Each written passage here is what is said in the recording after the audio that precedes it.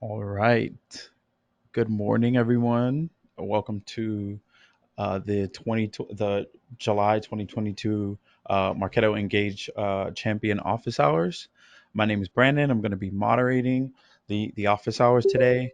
I am going to start to share my screen. And one note before I do that, we ask that you, as an attendee, you keep your cameras off.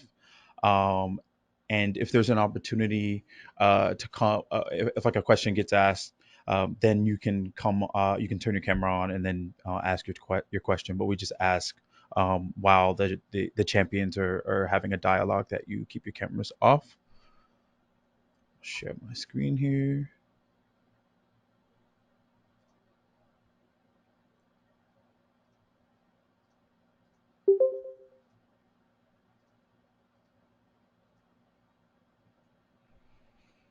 All right. I'm assuming everyone can see my screen.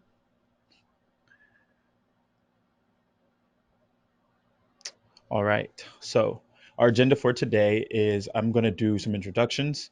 And then we'll go over some house rules, and then just some traditional housekeeping that we always do during office hours. Uh, uh, Upcoming Adobe opportunities to sign up for events and to get certified and whatnot. And then we'll jump into our Q&A panel. So, as I mentioned, I'm Brandon. I'm going to be moderating the office hours today. I am an ABM consultant at Spirit Marketing, and I've been working with Marketo for 3.5 years. Uh, Melissa, Melissa, do you want to intro yourself? Sure. Hi, everyone. I am Melissa Day. I am a digital marketing leader at the Commerce Company. I've been in Marketo for 11 years, and this is my second year as a champ. Awesome. All right, Ajay, you're up next. Hey everyone, I'm Ajay Sarpal. I'm based out in Bangalore, India. I'm four times Marketo champion, six times Marketo certified expert, and privileged to be a part of Adobe's exam writing team. So I'm two times subject matter expert of Marketo Engage suite as well. So I actually helped in building the certification exam questions starting from associate till architect level. Awesome. All right, Joy. Hey guys, Joy Martinez. I am first time champion, but 7-time Marketo certified expert and Marketo certified solution architect. I am senior director of marketing operations at CS2 Marketing. And so I have been in the marketing world for 18 years, and of those, the last 10 has been filled with Marketo. So excited to be here and be on the panel today. Awesome. All right, and Brittany. Hey everyone, Britney Young here. I am a second time champ and two-time certified. I currently am a manager of marketing operations at McKesson, and I've been in Marketo for about 5.5 years now. Now to discuss some upcoming opportunities. You can join there's a mug specifically for champion office hours. This is slightly different than the local mugs that you can attend, which you can attend by if you navigate to mugs.marketo.com. You can see the local one by going to find a chapter there. But this one specifically is for the champion office hours. So if you click this link in the slides, you can join there and you can get notifications when we're doing champion office hours, so that you sign up in advance.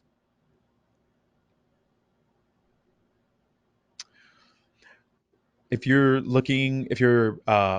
certification is about to expire, or if you are looking to get certified, be sure to check out learning.adobe.com/certification. You can check out the link on the slide.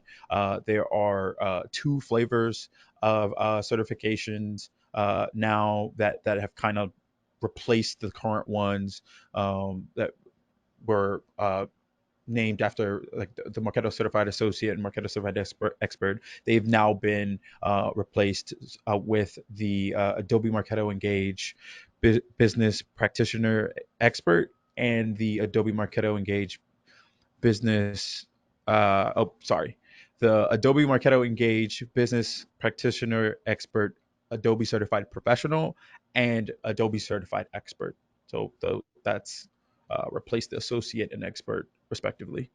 And if you have any questions on those, you can check out that link there. And as Ajay said, those exams have been written by folks like himself and other champions to make sure that they reflect how, what level of education in the platform and experience you need to be certified. Finally, we wanted to do a review of the topics that will be covered today. These questions have been submitted in advance, and we just tried to review them and group them by the topics that we'll be covering, just so that you know what to expect in advance. So there are questions just around general marketing operations strategy and execution, so lead management, attribution, especially through Marketo Measure, uh, general Marketo administration. There are some project management questions in here. Uh, for example, how to create a campaign intake process, career development, how to navigate your career, especially when you can be like in an ambiguous place uh, in the career ladder that you're in, how to practice for exams, specifically the MCSA and MCE exam, or the newer exams now that are named after Adobe, integration and web services, and engagement programs nurturing. So I am going to come off of sharing and open up the floor to the first question that we have. And that goes to Melissa. So the submitter asked, does anyone on the panel use lead scoring with Marketo Insights? Any lessons learned about the best way to set that up and how to get sales excited about it? Seemed like you had some opinions on that. So Definitely. I love this question because our organization is going through this now. So we use Marketo and Salesforce. We have what's turned out to be a really great opportunity. Our whole organization is finally moving from Salesforce Classic to Lightning. We have some people in it, but we're finally making the global transition. And so we ended up kind of bundling MSI in with that Lightning upgrade as a, hey, look at all of these great new features that you're getting. So when we talk about how to get sales excited about it, we have really tried to talk up Marketo Sales Insights as being the secret sauce key that you've been missing this whole time to finally get that opportunity one-on-one to look at a lead and to see every single thing that they've done. We're also starting to use interesting moments. If you haven't done that, interesting moments and Marketo Sales Insights are designed to work beautifully together. So not every single action needs to be categorized with an interesting moment in Marketo, because in MSI you get a list of all the emails the leads engaged with, all the web pages or landing pages that have been visited, all the forms that have been filled out, and all of the ways that the score has added up to whatever it is. But interesting moments, you can pick and choose specifically what you want to highlight. Maybe an interesting moment for visiting a pricing page on your website, or an interesting moment for having an especially interesting question in a webinar, something that's a little bit out of the ordinary. It almost becomes a highlight reel. And that's been, I think, the most exciting point, because it allows the sales rep to go into that one tab in the MSI experience and just see what potentially is the most important, with a date and timestamp, so they can see how recently this very interesting and exciting activity was done. I think the other part of MSI too is the integration to be able to send Marketo emails from Salesforce, but customize them without having to go into the HTML in Salesforce and make edits, which no one on our sales team is able to do, and that's okay. So good that's call out. also become really exciting, right? We send out a webinar invitation and we're giving the ability now for them to include a personal note at the top of it. Those have been the keys. I would just think about the user experience through your sales team's eyes and what would get them excited, and then focus on those points to explain, why you're making this transition and what's in it for them. Awesome. Anyone else want to chime in on that? Well, means Melissa explained it pretty well. Few points from my side is that, whenever we are setting up lead scoring, especially which is meant to attract sales team members, uh, mainly, have the lead scoring program based on those touches which are real marketing touches, which are not basically could be done by bot clicks and bot opens. So I usually avoid lead scoring on opens and clicks, because that is something which can turn off sales team members, and they might end up seeing a long list of email open and clicks, and for the lead scoring, and they may not be able to get enough insight on that. Having said so, within MSI there is an option for email itself, where where the sales team members could see how many emails had already got delivered to them, and to that specific lead, and what they have done. But don't do any lead scoring based on open and clicks. This is what I would suggest. Great feedback. All right. The next question is, what are the key considerations to take before deleting an inactive lead or contact? I've got some thoughts on this, but Joy, we're going to throw this one to you. All right. I'm sure we all have a lot of thoughts around this, and there's Oh probably yeah. a million different ways you can slice and dice and deal with this. So I'll try to answer kind of with my own thoughts, and if anybody else wants to chime in. So, I mean, just when you think of like acquiring a new customer, it's a lot easier to hang on to and retain existing customers than it is to attain a new one. So I think of just like the leads in your database is the same thing. So, you kind of don't want to get to a point where you've just got really old, stale, bad data for people that are no longer working there, kind of clogging up your database. Of course, it costs money to do that, but it also can cause deliverability issues and just things like that that can affect that you don't want to impact yourself on. But running like reactivation or re-engagement campaigns is nice. So some of the things that I would try is like if you aren't A/B testing today, I would take advantage of Marketo's A/B testing functionality and run some A/B tests. If they're not been recently engaging, but they've engaged in the past, maybe it's time to switch up the messaging a little bit and run some A/B tests and see what might get them re-engaged.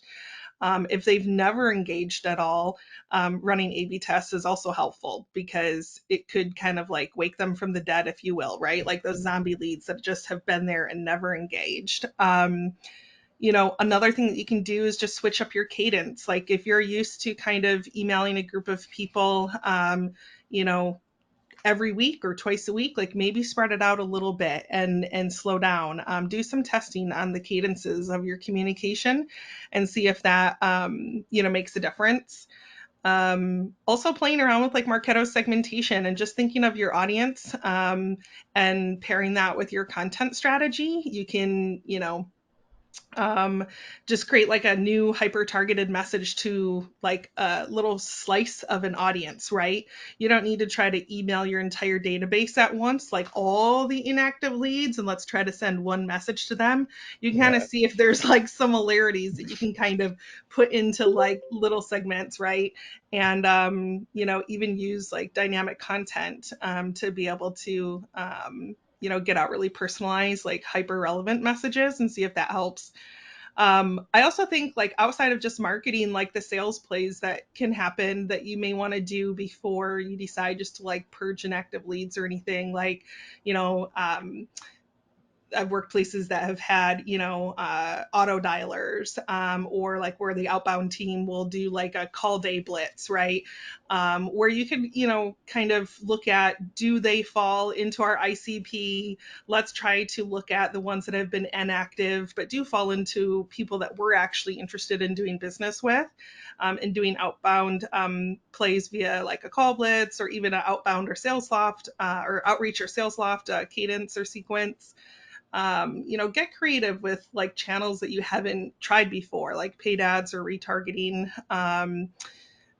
direct mail, even, right? A little harder these days with people working remote, but that's still a channel that you could take advantage of in small, very hyper targeted ways. So, at the end of the day, if you kind of feel like you've exhausted all measures and you feel like, it does make sense to purge some of the old records that just aren't engaged and let them re-engage through the demand that you're creating in market. Go ahead and you can purge them. I would keep in mind anybody that are part of like a target account, especially if they are part of the buying committee and just not engaging today, you may want to keep some of those people still in your database. So I wouldn't necessarily take an all or nothing approach of what you're purging. I would be very strategic with it and come up with a plan first before you just get rid of all the inactive people. Awesome. Um, do you mind maybe talking for a little bit about the time frame that you give before you kind of wave your hands and say, "All right, it's time to move on from these records"? Yeah, I mean, I think my recommendation, like for most companies, would be to like look at inactive leads at least every 6 months. I feel like you could do it quarterly, but with everything else going on your marketing ops plate, like it probably realistically doesn't happen. But I think looking at like 6 month windows of time is good. It's a good way to keep your database clean. And as you approach like even your Marketo renewal and stuff like that, annually, I would say annually would be like the bare minimum, but every 6 months feels pretty good to me. I don't know if anybody else has any other cadence that they prefer, but No, I think that's a great answer. I know we go over our instance review with our customer success manager at Marketo and try to tie it in with that. And that's what I would recommend, right? Is if yeah. you're going through that twice a year, it's a great time to see how many contacts you have, what's your email deliverability rate. You'll go over everything that you're already using in Marketo.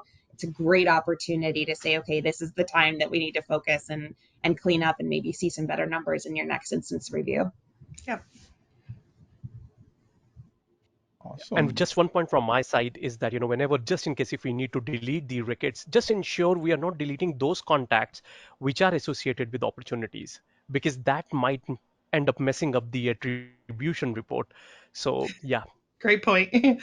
Yeah, customers, part of active opportunities, or anybody that you feel like is part of your key buying unit for any target accounts, things like that. So definitely some nuances to think about. Yeah, that was gonna be my only thing I add to that. Your sales operations team might have a data retention policy where they don't delete anything out of Salesforce, and it's exactly for the reasons why Ajay just mentioned that you could lose the activities that are associated with that person, the campaign member touch points, and any other things, visible touch points or Marketo measured touch points. There are a lot of things that you can lose if you do that. So you really have to partner with your sales ops team before you just delete Right. records. Great point. Yeah, Because unlike the durable unsubscribe, there's not durable keep all the touch points after this person is missing. So yeah. yeah. That's a good idea, though. It's a really good idea. All right. Okay. The next question here that I want to uh, bring up here is for you, Brittany. Can you describe your campaign intake process and the number one thing you recommend others to do as a part of theirs? Um, yeah, lots of thoughts. I'm assuming.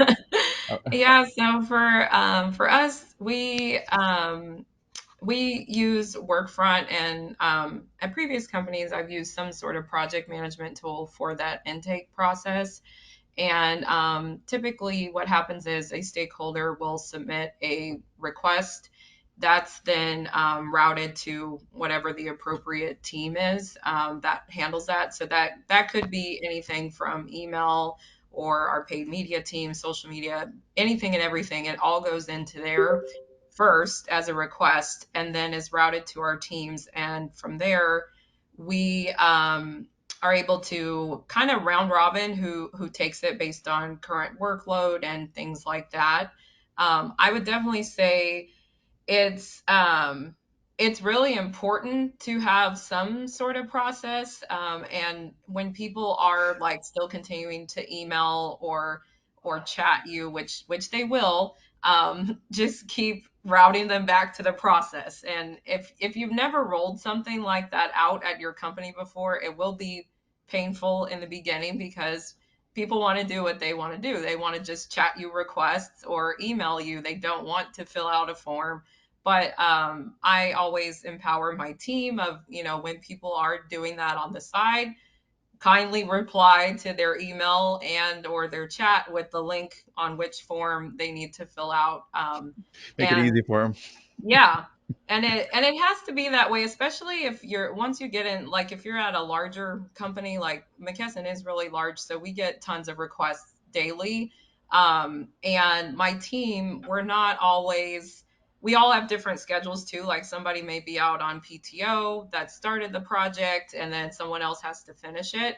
So it really is vital that everything is going in those requests and into our project management tool so that we're able to keep the history of where the project's at or if there's any issues, things like that. Everyone on my team has visibility versus if it's in your email or a chat, we don't know what happened. And if something goes wrong because you're, out on PTO, where, it really creates a lot of problems trying to figure out the whys and all of that. So I think that's my number one tip is about using that tool and enforcing the tool. Awesome. Speaking of tools, Joy, maybe you can touch on the specific systems, tools, and processes that you've rolled out, kind of in that same vein, and what you've done to increase adoption. Yeah. I'll kind of preface with it probably doesn't really matter what tool you're using as long as the adoption is there. I've used a lot of different tools: Trello, Asana, Rike, Salesforce, TaskRay, ticketing systems, Jira, like you name it. I've probably ClickUp. I've used it. Um, the biggest thing to keep in mind with that is like I mean, kind of just going back to project management basics, like you're using a tool to help you like organize your work and your tasks. Look at where you may need additional resourcing to prioritize the projects and things that your team is working on or that yourself is working on. And also, the little side note that I'll add is one of the big reasons I love tracking things in a project management tool and having that tracking system in place is for headcount. So, if you're trying to request new headcount from leadership and you have like physical proof of how many tickets are coming in and what type of things people are requesting and where your team is spending time and how long it's taking. It makes it a lot easier to make that business case than if you didn't have a system like that. And it also just makes it easier to prioritize and make sure that your team is focused on the items that are bringing the company the most value versus, getting pulled down different rabbit holes, which is very easy to do with incoming requests, especially from other departments and teams. So um, I guess that's a little bit of all I have to. Oh, I wanted to add to um, something a little bit of SLAs. So I know that we talk a lot about SLAs like with lead lifecycle and the sales process, but it's also important like for marketing ops teams, I feel like. So like if you have an SLA for setting up a webinar program, it may be different than your SLA for creating a data management strategy, right? And so having SLAs that like the company and the internal teams can know what to expect of you and how long things would normally typically take. And sometimes that takes a little bit of time to know, like at your particular company, how long that takes with the team that you do have. But I think trying to put something like that in place is just good expectation setting up front. Yeah, plus one to that. Anybody else have any wisdom they want to share on this? I know this is, something that a lot of marketing ops teams kind of struggle with sometimes. Enforce the SLAs as well, because that's another thing is once you have them, even though people know what they are, they still will try to skirt them, as but Are, like I said, I enforce it. I'm not I they know are you my sure this CEO. email can't go out today? It's really Nope, important. nope. Yeah. No, yeah, it's a great point. All right. So we will move off of that. Okay. Ajay, back to you. Um, how can we show ROI per campaign, and how can we prepare and execute the multi-touch on our leads in Marketo? Um, so it sounds like this is a two-part question, where they're trying to understand campaign ROI, and then secondly, um, understanding multi-touch, introducing a multi-touch attribution model. So do you want to kind of tackle both of those? Sure. So yeah, I would start with the crawl, walk, and run statement over here. It is imperative for all marketers to have the ROI associated with the marketing campaigns, because nowadays it is a prerequisite not only just for the marketing team, but even this is the thing which is coming from the CFOs as well. Because before they are approving, at least it is happening with my all clients, that before they are approving any marketing budget, they want to know that what is working, what is not working, and what lessons that we have learned. So mainly there are two ways of dealing with it. One, we could do have this system built in Marketo, and if we are looking for a greater insight, we could use Visible, which is now named as Marketo Measures. So let's assume if we want to do, or we want to set up ROI tracking, or we want to have a multi-touch attribution. So uh, to begin with, we could use Marketo, although it has some limitations as compared to Visible, but it can still give us many cool insights because Visible has edge over any competitive products that we have in the market. So what we could do that whenever we are setting up any program, we need to ensure that we are changing the program member status to success. That is one thing that we should always do. Another thing, always associate the cost. And then we could use program performance report, or we could use RCE, that is called Revenue Cycle Explorer's advanced report, to find out the various attribution. That could be attribution by program performance, attribution by landing pages, and there are multiple things which we could do. Having said so, my favorite is Visible, which is named as Market to Measure, because it gives you the insight not only on multi-touch, but it can actually give you first insights on single touch, then on multi-touch, and within multi-touch we have different models for calculating the ROI and attribution, which could help us to give more insight. So for single touch attribution, we have first touch attribution, lead creation touch attribution, opportunity creation touch attribution, and opportunity one touch attribution. But when it comes to multi-touch attribution, Visible offers U-shaped model, W-shaped model, and then it offers a full path and the custom model. So each and every touch point has its own percentage for calculating the attribution and ROI. And at times it happens that being a part of marketing operations, we don't have much access to Salesforce, because that is being managed by another team, and they just don't want marketing operation people to get into Salesforce and start messing up their system. So the beauty of Visible is that it tracks each and every touch point based on each and every tactic. You need not to manually create multiple listener programs like the way we need to do it on Marketo. So it is extremely scalable platform which listens to all various touch points. If the leads are coming from paid media, everything will get tagged directly from the paid media integration. If the leads are coming from offline channels, then all we need to do either to set up offline channel rules either on Visible, or we could just simply have that set up on Salesforce side as well. So to if we follow the crawl, walk, and run approach, let's begin with Marketo. Let's start tagging the cost and ensure that whenever there is a program success criteria is being met, we are updating that against each program.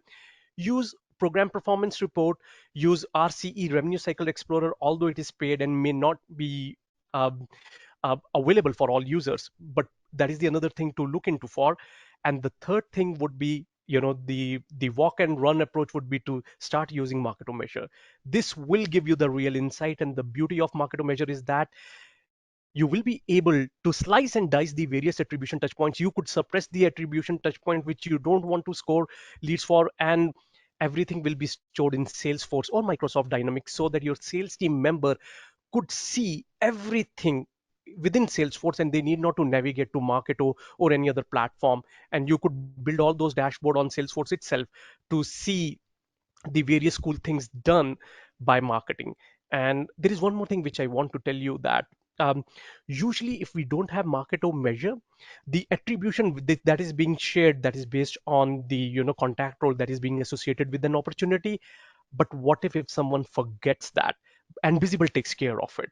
So if we follow the standard process for one of my client, the total ROI from marketing initiatives were close to 50 million. But when we used Visible, we got to know that the total pipeline which was generated by marketing or touched by marketing was 7 billion. So there is a lot of difference, when it comes to sharing various advanced attribution models. So my preference to always go for Marketo measure. And I'm sorry I took a little longer to explain this. No, that was very in depth. Appreciate that answer. Does anybody want to share how they got started at their organizations? How they got the organization to buy into attribution, and where do you start? And how do you get the stakeholders to buy in, as opposed buy into the same system as opposed to their own system? I think there's a lot of back and forth that happens there.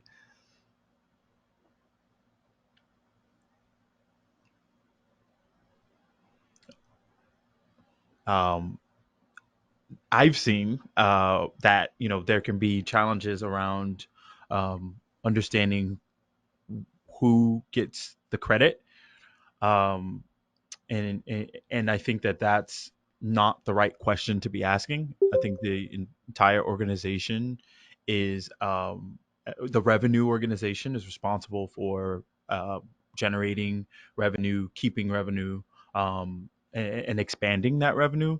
It's not just a marketing or sales or CS function.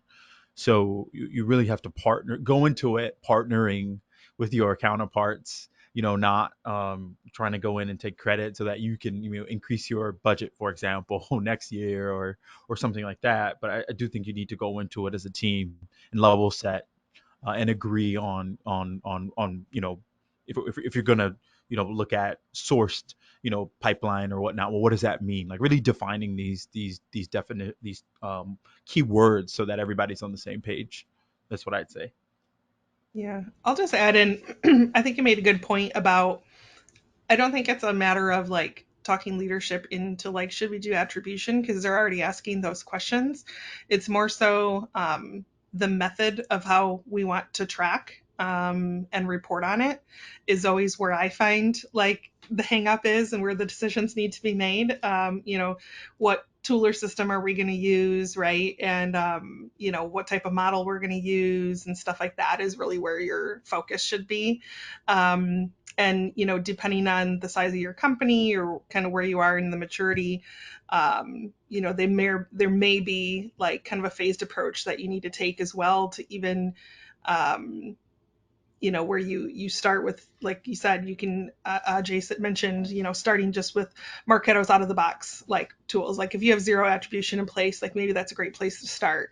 And then Marketo measure can be your next phase that you do a year or two out. So I think just starting on it is important, and coming to that consensus of how you initially want to track, even if like we all want Visible or Marketo measure, if we need to phase it there, right? Like let's get some foundation in place and just get on the same page first, and then optimize and advance from there. And all that said, the only reporting that you're going to get out of Marketo measure, just like anything else or any other attribution tool, is only going to be as good as the data you put in. So I love what you said, Joy, about working your way up, and everything that's been shared about the attribution models and how great this tool can be, whether it is a Marketo measure. Of course, I'm biased because we're using that, but there are lots out there. What you can do today to get started is make sure that you have really clean program types and statuses, and that you're in a really good cadence of organizing anyone who's engaging with certain programs. They're being added as a member. You're updating the status. You have the right success statuses marked out, right? You're doing lead scoring. You have the other kind of foundational elements in place so that you have something to track what ends up being called your touch points against, right? Because that'll end up being probably what the obstacle in your way of plugging in a tool and actually getting the value output on the other side. Spoken from experience. Yeah, Yeah, I think everybody's experienced that one time or another. The obstacle, for sure. Yep, yep. All right. So let's see the next question here. We're gonna switch gears a little bit and talk about kind of some career development things.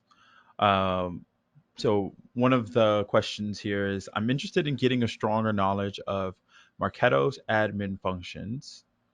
Are there any core concepts that are consistent across the admin section that will help users to understand principles of operations? I think this is a really good question. I'm going to let the panel decide if they want to answer before I kind of give my opinion. But what do y'all think?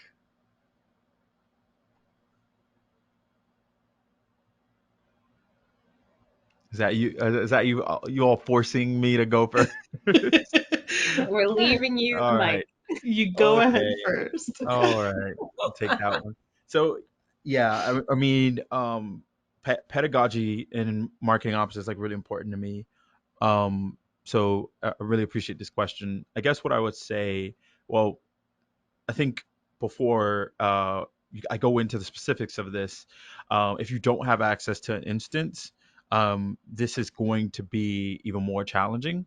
So there are some creative ways around that. The product docs and some things on Marketo, excuse me, on YouTube, and also a lot of platform, a lot of content that's floating around via Google. I think Slack communities are also really good because folks may post the UI in there because they're having their own issues, and those questions help you to get familiar with like what people are asking about. If someone's like trying to troubleshoot a webhook, for example, you may not even know that Marketo had that, but if you just uh, get acclimated with seeing that in like your Slack feed, because I know a lot of us spend a lot of time in Slack. It just gets you that muscle memory. So I definitely would recommend that. After, I think that Marketo, more so than pretty much any other platform, um, aligns very well to the topics in marketing operations.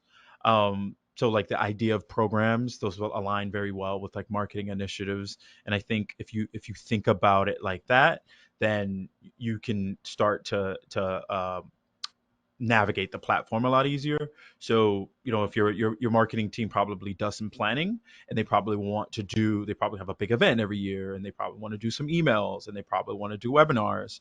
I think if you're just getting started, just do a mapping process of what those events are, or what are those initiatives are, and then kind of walk backwards and say, okay, well, how would I do this with a email program? We want to do an email send today, and then 5 days later do another one. Well, how would I build that?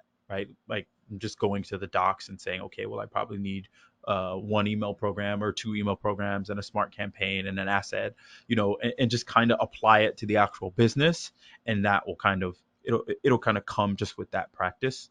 Um, and then also, um, looking into in terms of administration specifically, an example of a very relevant thing are roles and the concept of least privilege. Not everybody needs access to administration access to Marketo. So that's another opportunity for you to kind of apply that to the business, is creating specific roles for folks that may only need to develop emails or create landing pages versus those that might be in there more regularly. Maybe that's a marketing user versus someone who is doing analytics. That's a specific use case, right? And that just helps train you to get familiar with uh, kind of partitioning out the roles in your marketing team and understanding who does what. And then from there, you can set their roles accordingly in Marketo. So I think those two things can help you get used to the platform a lot more and learn how to turn a business request into Marketo logic. Anybody want to add to that? I know there are a lot of great opinions here. I'll add. There are a couple of things that we could do. One would be, go to Marketo's product doc, and there is a section called Quick Wins, go with that. It has all the basic things which someone is expected to do day to day, in day to day's operation.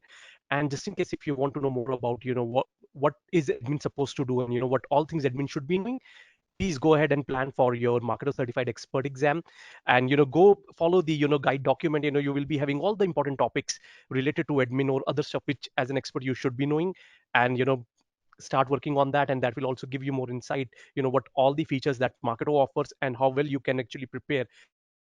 So it is like hitting two birds with this stone, getting to know about admin as well as preparing for MCE. Plus one to that. All right. Uh, let's see here. Melissa, how have you navigated ambiguity from your leadership? That was such a great question. And I don't know if the person who asked it is actually here. I don't mean to put anyone on the spot. You don't have to come on camera or go off mute. You could even drop something in the chat. But what an ambiguous question about ambiguity. I've navigated a lot of it, for sure. So I don't know if there's anything specific here. If you ask that question and you're here, feel free to redirect me in my answer. But I couldn't help but take this personally into myself as I read this. How have you navigated ambiguity from your leadership? I hear that as how have you navigated leadership not really understanding what you do, and sometimes leadership not really understanding how to use your expertise or what to ask you for, and having a hard time sometimes speaking the same language. Jessica Cow talks, I mean, and she's given so many great presentations Oh around, man, yeah, you know, she's I, I, awesome. I, I tune in every time she's talking about how to humanize what we do, right? And get out of our own way. And she gave me that advice personally as I was talking with her about, recommending some changes be made within our organization. And, how do I get my leadership to be as excited about some of these changes as I am when the things that I'm excited about are like, oh, we're gonna change the way that we measure acquisition programs, and whoever I'm telling that to is gonna be like, I don't know what you're talking about. So she had this great way of explaining, nobody cares about the plumbing, right? No one cares what's going on in the pipes. Everybody cares about, just that it's working. And so translate some of the items that you're talking about, in a way that people can care about. I've taken that with me into a lot of conversations. So instead of really, only focusing on, you know, the marketing automation work that we're doing, trying to connect it to business impact as much as I can, trying to really focus on lead management, the way that we connect marketing efforts to generating MQLs for sales, and kind of rooting everything back to something that I know that our leadership cares about. And then when it comes to the marketing automation details and getting in the weeds, that's the stuff that I love to geek out about with my team. But we can kind of do that, within the confines of our own space. I try to, I guess, remove the ambiguity by talking about items that we, my leadership, and that I care about in terms of the impact that we're having, and then keep the details that maybe leadership would otherwise find a little bit confusing, up to me. So when I check in and I ask questions, it's, hey, what's the quality of the MQLs that we're sending over? This is the volume of MQLs we're sending. These are how many opportunities are being created from this marketing campaign that we ran, and trying to stay out of some of the more painful detail sometimes. Yeah, So I that's hope really I good. answered that question based on the way that it was meant for. That's really good. I, well, I guess um, the only thing that I would kind of ask you is how do you navigate the ambiguity in terms of the direction of so for example, if it's not quite clear what marketing operations should be doing strategically at the moment, should we be doubling down on execution because of where we're at and we kind of just have to get through this wave of whatever we're doing, or do we need to expand our scope and be more strategic? um, maybe that's happened. How would you advise someone to kind of deal with that situation? Oh, that's a great question. My team has a lot of hybrid roles. And I find that most people, most marketing operation people, marketing automation users, Marketo users are really good at wearing a lot of hats and multitasking, right? I think it's kind of like par for the course. If you're good in Marketo, you tend to be good at a lot of things, right? And you know about a lot of things that maybe you don't have to do with your job, but you can't help yourself, right? If you ever built an email and looked at it and said, this is an ugly email. Like this email should be optimized. Maybe I'm not an email strategist and I'm just supposed to build it, but this looks like poo and I want to fix it. And you have to, right? So a lot of my team works in these hybrid kind of positions where we we do what we need to do, we execute and implement when we need to, but try to find opportunities when reporting on something that we built, or when the request first comes in by asking a question that maybe the requester hadn't thought about. Start earning a seat at a different table outside of just marketing automation. Will it give you more work to do? Sure. Do we have time for it? No. But we figure it out so that we can be involved in those conversations and not have to wait for the direction of, hey, we need you to be more strategic. We need you to be more agile. We need you to have additional staff to support the execution. That's a lot of the work that I've done over the last 5 years I've been at my organization, is trying to be in two places at once and understand from the business side what impact our team is having so that I can kind of predict the way we can make a better impact, real quick work with my team to move and make it happen, and then make sure it's having the impact that it did. And very rarely am I getting direction unless something goes terribly wrong, right, from my leadership to say, hey, we need you to step up in this way or in that way. It's usually the opposite. It's usually me going to leadership and saying, I recognize that there's a gap here and I would like my team to be able to step in. I recognize that, we could use a set of experts on monitoring the UX of our e-commerce platform was the most recent item that no one was doing. It's not really marketing operations, but no one else is doing it. So we're going to go and we're going to see what we can figure out. Wow. You've got marketing ops kind of like getting into product and you're that's cool, and website and web strategy. That's awesome. A little bit, yeah. That's cool. Yeah. Anyone else want to add to that? I'll add to that. I know with my team, similar to what Melissa was saying, like when you see certain things at the onset, say something like that, and I empower my team to do that. Like I tell them all the time, you guys, like basically, you know better. You know what works, what's best. Don't just be the robot and copy and paste. When you see certain things, say something. And even though, like Melissa was saying, it does add work. I'm always kind of balancing the long term piece because a lot of what we do, it may be something we could use continually for many other campaigns. So taking that little bit of extra time and asking more questions, and yeah, sometimes getting way in the weeds, but ultimately, if it will give us a better like long term, whether it be process, template, whatever, I encourage my team to do it and ask those questions. Awesome. All right. That was a great topic. Let's switch it up to more technical things. The last 10 minutes or so. Um, uh, Ajay, do you have any tips to help encourage sales team members to convert and attach the original Marketo lead to an opportunity? I picked this question because there's just like, we could use the entire 10 minutes that we have and not even like address this whole thing. But anyway, do you have any tips to help encourage sales team members to convert and attach the original Marketo lead to an opportunity? We find that sales Well, all too yeah, often. Oh, sorry.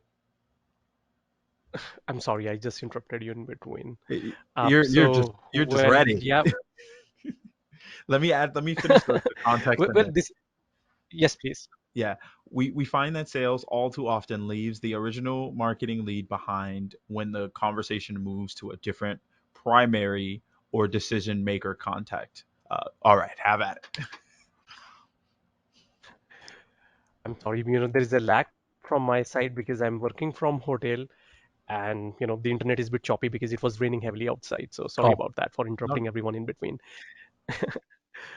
So this question is a favorite question of mine because almost every client of mine who I supported have this nightmare that what all leads which are being generated, those are not being means either converted to a contact, or if converted to a contact, not being tagged to the respective opportunities. So there are multiple ways of dealing with it.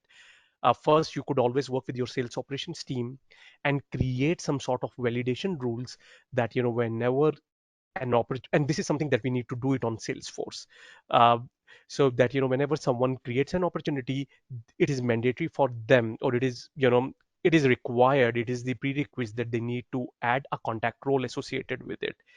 Now, the challenge is that, what if they have picked the wrong contact role? Means, there might be many companies, or sorry, many contacts reaching out, or maybe, the person who filled out the contact us form is just an influencer and not the decision maker. And the sales team ended up, just tagging only the decision maker. And, that's where we lose the attribution if we are calculating the attribution using Marketo, or if we are using the attribution calculation using Salesforce. So here Marketo measure gets into the picture, because the beauty of Marketo measures is that it tracks the attribution touch points for each and every marketing touch for one specific opportunity, irrespective whether you are adding the contact role to the opportunity or not. So to answer your question, it is always trickier. There are certain things which we could do it. First is, on the Salesforce side, always ensure that the opportunity could be created if there is a contact role associated with it. The second thing would be that have a lead or contact status which we are enforcing either the SDRs or the sales team member to update it, so that it can start with the new, as in when the MQL gets generated, then they are changing it to working. When they are reaching it out, they can change it to meeting scheduled, when the meeting is scheduled. And when the opportunity gets created, they are changing the status of either the lead or contact to opportunity created. In that way, what we could do, even if the contact is not even tagged to an opportunity, we know that this specific lead or contact is associated with an opportunity. And then we need to have either weekly or bi-weekly calls with the sales leaders, and just figure it out that these are the leads which we feel could have generated an opportunity, and do you think it is correct or not? So that would be the second approach, and the third would be to get Marketo measure implemented. So again, crawl, walk, run approach. The first thing would be to have a validation rule implemented on Salesforce to ensure no opportunity gets created without a contact role. Second thing, have a contact status implemented for all opportunity created. Third, have weekly meeting or bi-weekly meetings with the sales team members to ensure that nothing is uh, flowing through the cracks. And worst case situation, if we have very rigid sales team which is just not following the processes, have visible Marketo measure implemented, because the beauty of Marketo measures is that it can calculate the attribution touch point even if the contact is not associated with an opportunity. That's good. Hey, Yeah. those are such great tips. The only tips that I would add, being at an organization where we are only marketing ops, so not being in an agency setting where we're setting up a life cycle for someone else to manage, but being in it, is sometimes we're just like a little tiny like pipsqueak voice in the corner, like make sure you update the thing, and they're like, yeah, yeah, okay. Well, like we're doing big people real things, and we're actually having sales conversations. Those are the times when I'll try to take advantage of the opportunity to meet with the sales leaders, Ajay, like you said, and show them the reporting and kind of like what's missing. Like, look, it looks like every MQL that we've sent your team hasn't gone anywhere. Is that true? Are we wasting our time? Are you finding quality here? And kind of share the responsibility of making those updates with their managers, right, who can actually like look and say, this is now a requirement, you need to be able to put this in your process. Does it work perfectly? No. I was interested in your answer too, because I'm like, yeah, what are you doing? How can I get better at this? But we've seen the most success from not trying to be our own advocates, but to pull more people into the group and to share the reasoning why it's important, show the data, show the reporting, and be able to say, your feedback is associating these leads to an opportunity so that we know that we're giving you quality leads. If you want more of them, we need to know that it's working, and we need to know which ones aren't. And right now it looks like none are working. So, what can we do? Yeah, definitely get alignment and kind of share the burden of reporting and making sure that what you're doing is working, and you can like demonstrate that. That's really good. All right. So, I mean, I know we can keep going on that topic, but before we do that, um, wanted to open it up to the audience to ask a question. Um, you can either put it in the chat or come off of mute and turn your video on and ask.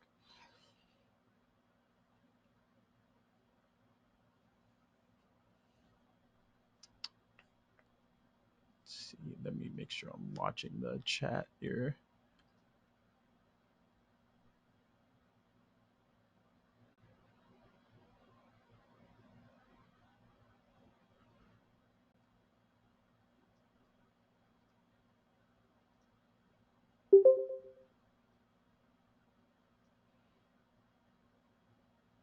All right. So while we wait for a question to come in, um, Brittany, any thoughts about lead management? There's so much in there.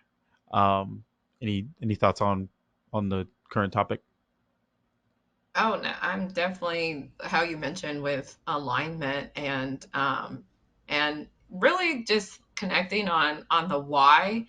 And I know for me that it's been a journey because the larger the organization, the more people you have to align with and explain your why. But just continuing to make those connections. It's been helpful, I will say, in the last couple of years that I've been there. Just having those check-in meetings, like what Joy had mentioned in chat, it really makes a difference. Certainly. Yeah.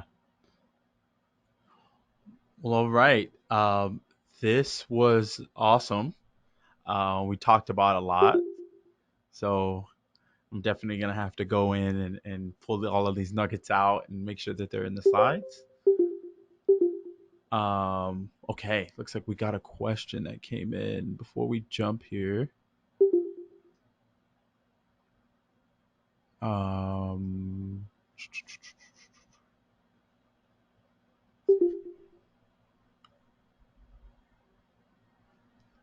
am I missing? Look, it looks like there was a question about executable campaigns. I Oh, didn't see it come in the chat. yeah. Well, maybe we can just quickly talk about executable campaigns and how they kind of help with the order of operations. Quickly, maybe like touch on it a little bit. Sure, I'll do the 2-minute maybe executable campaigns. So for those of you who are still on, so yeah, executable campaigns are really awesome if you haven't started using them. They're a newer feature that kind of it doesn't just fully take the place, but it can enhance. Like, just instead of just having request campaigns, you now have a way to execute campaigns. Basically, the reason why you would want to do this, if there's mostly for dependencies. So if there's something that needs to happen, say in a flow, and you want the entire process of that to run before the next flow step, it can do that. So instead of just running in parallel like request campaigns do, which sometimes can create some race conditions depending on how many things are triggering at the same time and then what order Marketo puts it in. Executable campaigns can help you control your order of operations for your system and the exact order of what you want to happen. And so if you think about like lead sourcing, life cycle, scoring, things like that are good use cases for using executable campaigns. Maybe you want them to be scored fully, or maybe enriched before they get scored, and then scored before they get routed and synced over to Salesforce. You can control that entire order of operations using execute campaigns. There's definitely some nuances with them that you'll want to get familiar with, and I can put the link in the chat here because I prepped it ahead of time. But you can only kind of go like 3 nested execute campaigns deep. So if you try to do 5 nested campaigns, you're going to run into issues with that. It can inherit some tokens, so I would brush up on that. The biggest, I would say, wins that we've been seeing with execute campaigns is speed to lead. So when you think of like trying to get leads over to sales as fast as you can to follow up, we've taken clients from like a 20 to 25 minute process down to all of the steps happening in the same minute and over to sales in the same minute, versus taking 20 to 25 minutes. So it can be some big wins in terms of speed to lead. And I find it's also easier to troubleshoot in the activity logs with execute campaigns versus trying to figure out the race conditions like with request campaigns and stuff. And it's very easy to see with a true false in the activity log who qualified for what pieces of the execute campaigns. So that's my super high level that I'll say about executable campaigns. Awesome. Yeah. No, they're definitely that great and more. But that's a topic for another office hours. Probably All could do a right. whole one on that. I know, yeah. Well, we appreciate everyone coming. We will send the slides out. We'll go through a recording and make sure we update the slides as well. Thank you again, and we look forward to seeing you all at the next office hours. Thanks for hosting, Brandon. Thanks for joining us. Thank you. Hey guys. Thank you, everyone. Bye. Thanks for being awesome, you guys.